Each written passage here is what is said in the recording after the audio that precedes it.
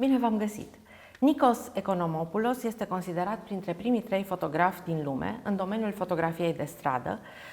S-a născut la Kalamata, în Grecia, în 1953. A studiat dreptul și a lucrat ca jurnalist. A început să facă fotografii abia la 25 de ani, când un prieten din Italia i-a arătat o carte cu opera lui Henri Cartier-Bresson, care a avut un impact instantaneu, foarte puternic. Așa cum declară domnul Nikos Economopoulos, Cartier-Bresson mi-a arătat un nou mod de a vedea lucrurile. Ceea ce am văzut în lucrarea lui nu a fost doar geometrie și compoziție, ci un fel de ambiguitate. A fost încurajat să se alăture Magnum Photos de către fotograful greco-american Costas Manos și a devenit membru asociat în 1990. În 1992 a câștigat premiul Mother Jones pentru fotografie documentară. În 1994, după o muncă asiduă în Albania, Bulgaria, România și fosta Iugoslavie, devine membru Magnum cu drepturi depline. A vizitat Timisoara imediat după căderea lui Nicolae Ceaușescu. Fotografiile sale au fost publicate în The Guardian, The Independent, Le Monde, Libération, The New York Times, El País și Die Zeit. So, welcome. Thank you. Thank you. I'm happy to be here. I'm glad that we have you here. So let's make an interview about life and photography. Your first lesson about photography is placement of subject. How would you place yourself in this chaotic world? For me, it's very important the way how the subjects are in the space. I mean, the space is very important for me. The backgrounds, for example, is something really important. The background is like a white paper that you can design anything you want. If the background is very complicated, it makes my life difficult. Do you think you are a man of your time? Do you like more the past or how the world looks today? Depends. I mean, the world is really big. I mean, what I do, for example, the last 10, 15 years, I never go to the first world. I never go to the States. I never go to Europe, especially North Europe. I never go to civilized places. I go to places that they are not very civilized. I go a lot in South America. I go a lot in Africa. The first world, I mean, our continent, it's not very attractive to me. Mainly because the people are very suspicious. That's what I don't like from the modern world.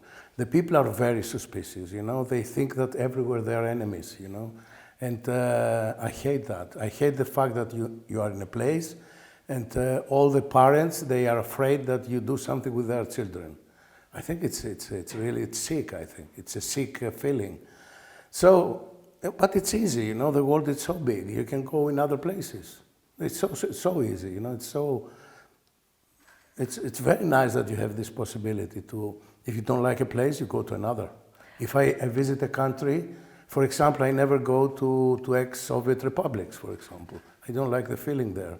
I don't like this, in the atmosphere there is something that bothers me. What do you find in these countries that you go and like to go? The simplicity I of think, life or what? I think originality. The way how the people they react in your presence, mainly the interaction with people. Because in these kind of countries, for example in South America mostly, not so much in Africa, in South America, there is a kind of interaction with people like in the period when I was a kid. I go a lot in Cuba, I go every year in Cuba. And I go there because it reminds me when I was 5, 10 years old kid. And for example, in the afternoons, you see all the people sitting outside of the house, and they don't stay all of them in front of television for hours. They stay outside of the house. They sit outside, you know, the old ladies, even the young people, and they flirt in the street like that. And there is all the time an interaction with the people in the other side of the street or in the neighborhoods. So this is amazing, I think. This is a way of. This is the pleasure of life. Let's go back to photography. Yeah. In photography, it's all about perspective, angles, and of course, light. Would you say that life is the same? It is all about perspective, about how you take it, the angle you see things? I think the difference between life and photography is that in life there are many feelings. In photography, it depends a lot from the situations if you can bring some feelings in your photographs. It's good if you have the possibility to bring some feelings in because photography it can be something very cold, you know, it can be. But it also can be very powerful, full of is. emotion. If Yeah, you catch of the course, moment of of emotion, Of course. you transmit that emotion But to that the depends viewer. of the situation, and depends of the place where you are. There are places that it's missing the feelings. They are missing. So when the feelings are missing, it became boring after a little. It's not interesting anymore. It's boring and it's cold and it's you don't get pleasure from life, you know, from your photography in that case. How do you like to see things, from the ground or from the sky? Generally, for technical reasons that I don't want to explain now, because you don't like technique, I try to be parallel. Okay. I mean, for example, when I photograph kids, for example, I go a little bit down, so I'm in the same level of them. And the people, generally, I'm in the same level of the people. So it's much more direct. I don't like this tunnel feeling that you are from up to down and from down to up. It's a thing like this, you know, it changes the perspective. So I don't like this. I prefer to have this perspective of parallel positions, you know. I mean, my position and the position of the subjects. This is in photography. Now let's talk life. In life, do you like to see things from up? You can see the bigger picture if you look from up. Generally, I don't see and I don't photograph the biggest picture. I go in detail, I think. I don't need to show general things, you know, I prefer to go closer and show go closer to the people or to the situations. For example, I never use these panoramic pictures, you know, I never use that. How do you keep your balance in life? I think my balance comes from the feeling that what I do, it's my choice to do it. And I was in my life very, very lucky about that, you know. I never did something that I don't really like. What I did, I always like it. So that gives me a lot of pleasure and a lot of balance after all. And I think a lot of liberty. You don't feel the Definitely, pressure to do anything that you don't I'm like very to lucky do. that I can survive, even economically, without do things that only the clients want, you know. First I do what I want, and after some clients, they like it and they buy it. That's it. Some of your photos look surreal. Surreal. Yes. Have you been in many life situations that seems surreal? What is attractive to me is not the regular, it's the unregular. That's attractive, you know, attracts me. I don't know why, and you know, when something happened to me, I don't want to analyze very much, you know. I work very much with my instinct, you know. The instinct is the first tool for my work and for myself. I always follow my instinct, and the most of the time, of course, you make mistakes, but it's okay, it's part of the game, you know, to make mistakes. But in the other side, if you do that, maybe you make more mistakes than, but I think you are more happy, come on. Mistakes are part of course, life of course. and also of but photography. The instinct, if you follow your instincts, I think you are a more happy person.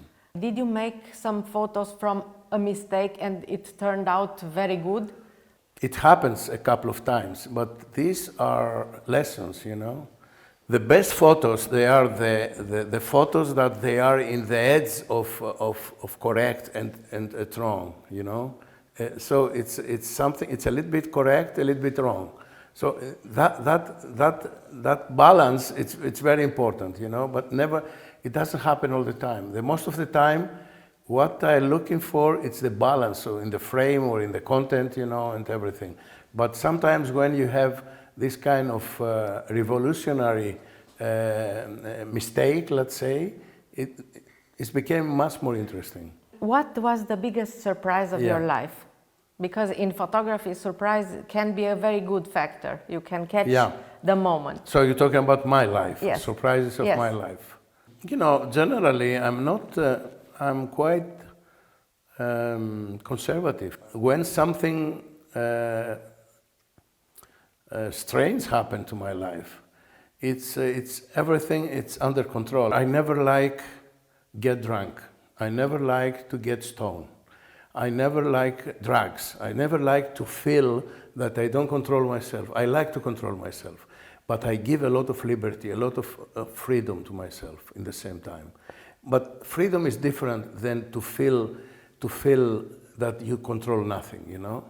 I really hate this feeling of get drunk, you know. I really hate it.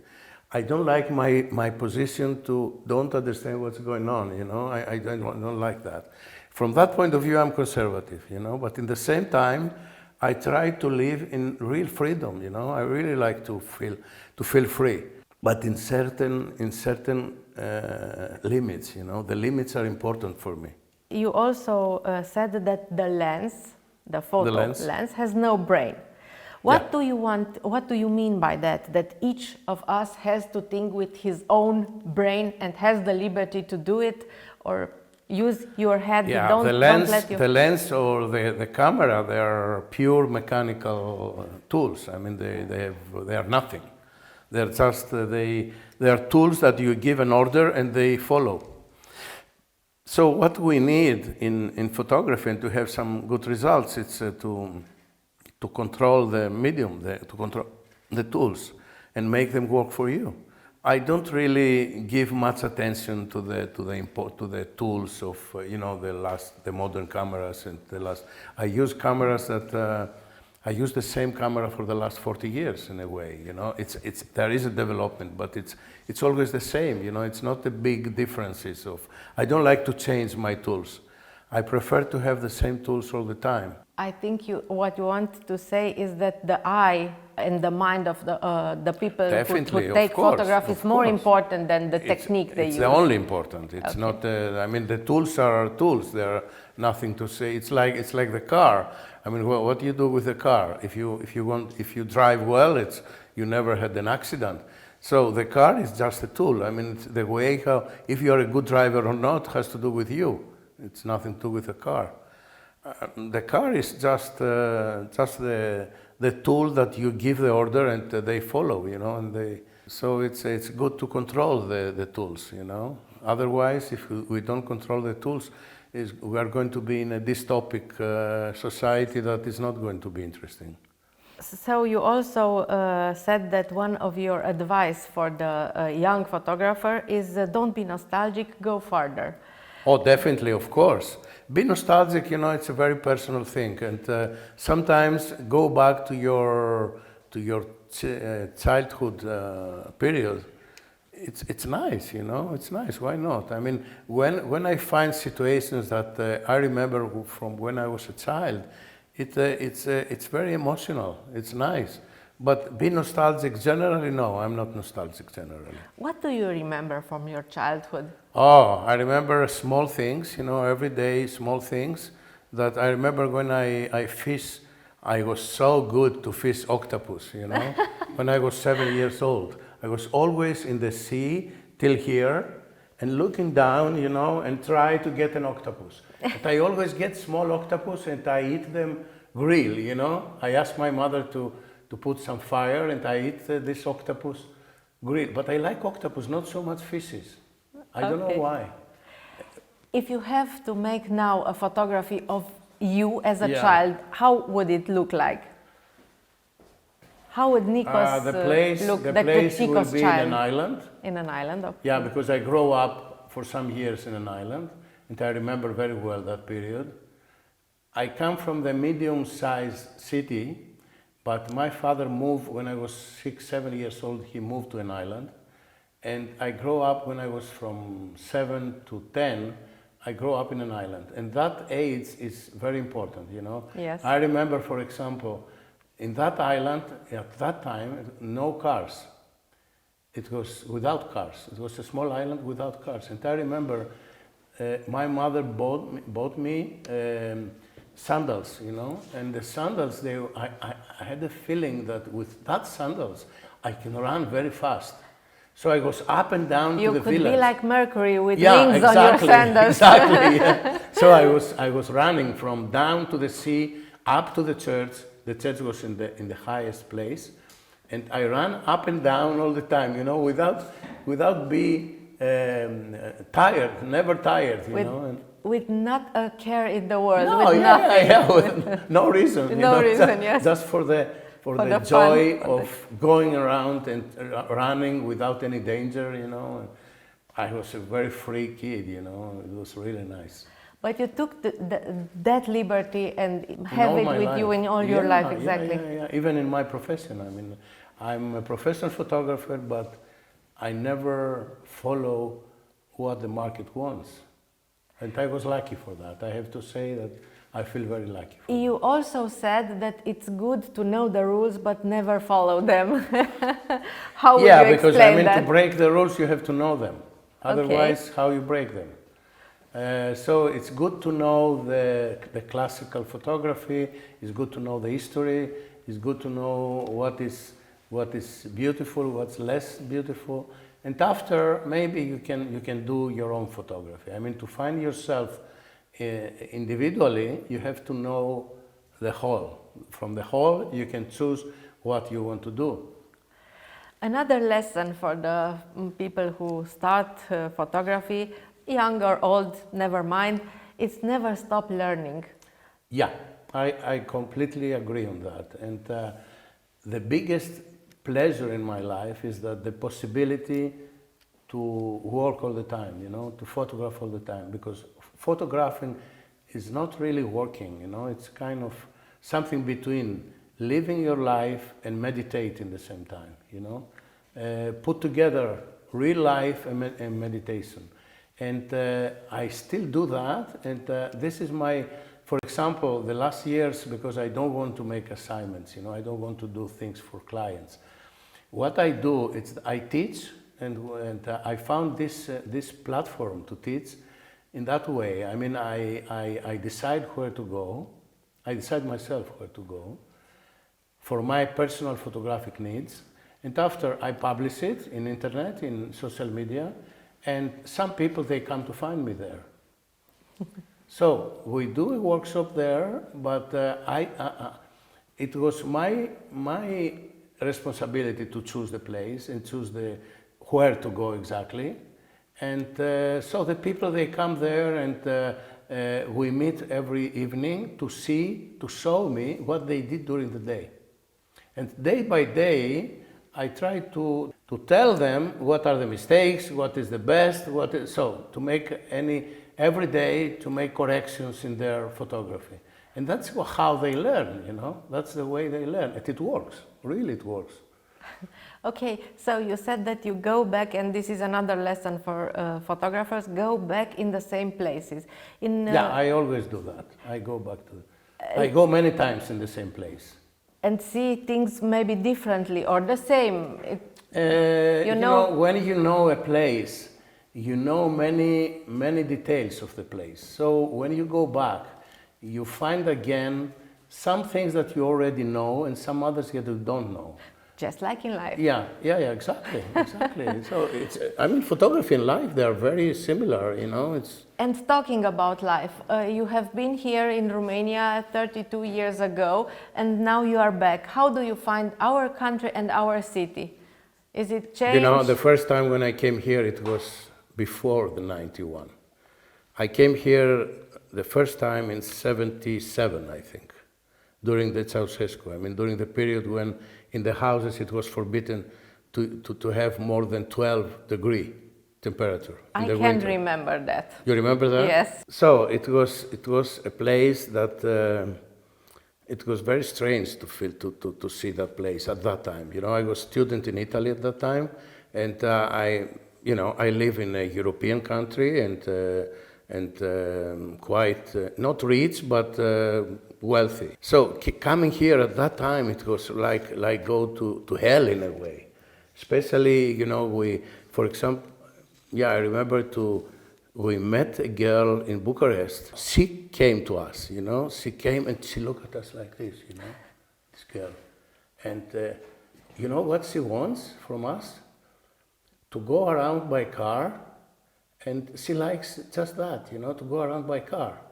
Yes, because in Romania cars weren't... it was not for yes, everybody. Yes. So we were around, and she said always, go there, you know, and we were 50 kilometers out of the city, you know, just because she likes to go around. Very strange things, you know, that was not very natural.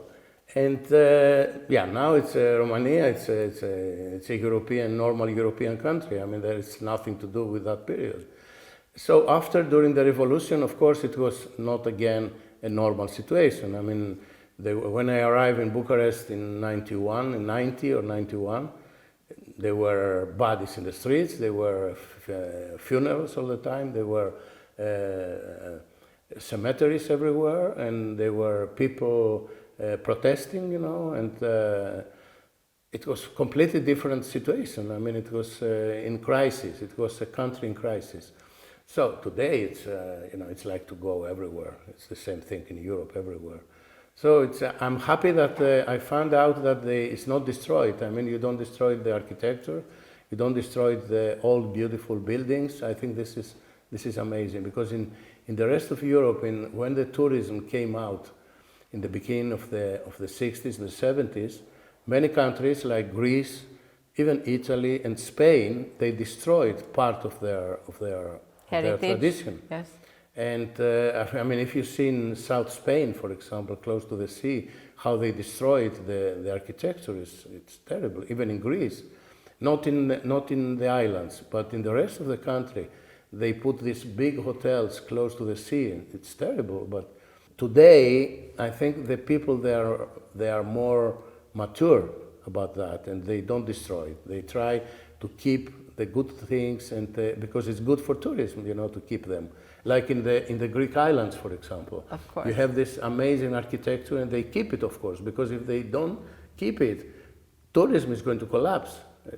There's nothing to go to see. Why you have to go? In Santorini, for example, if you destroyed the architecture of Santorini. So yeah, I think it's the last years is more, of course, from the other side, the way of life and the mentality of the people is changed and became a little bit more mass tourism, you know. So we lost this kind of originality, and the originality of the people and the sincerity of the people. But you know, I mean, when in a place arrive thousands of tourists, for sure is going to change, you know. It's not possible to keep this originality anymore. And my last question, Yeah. if you have to describe your photography or your photos in one word, what word would that be? Photography, for me, it can be happiness, you know, it can be pleasure and happiness. I think this is photography. Even if you photograph difficult subjects, you know, the interaction Yes. that's coming out gives you happiness. I think interaction is the right word. The interaction between photography and life. I think this is the main feeling for me. Thank you very much for Thank this, you. It was really a nice conversation. for this really. interview, Thank you. and I hope this is the idea that our audience have to keep in their mind. Be happy. Yeah, keep that feeling of happiness. Of course, that's the only reason to live. Come on. Thank you very much. Thank Dragii you. noștri, sper Thank că v-a you. plăcut acest dialog. Ne vedem data viitoare la întâlniri esențiale.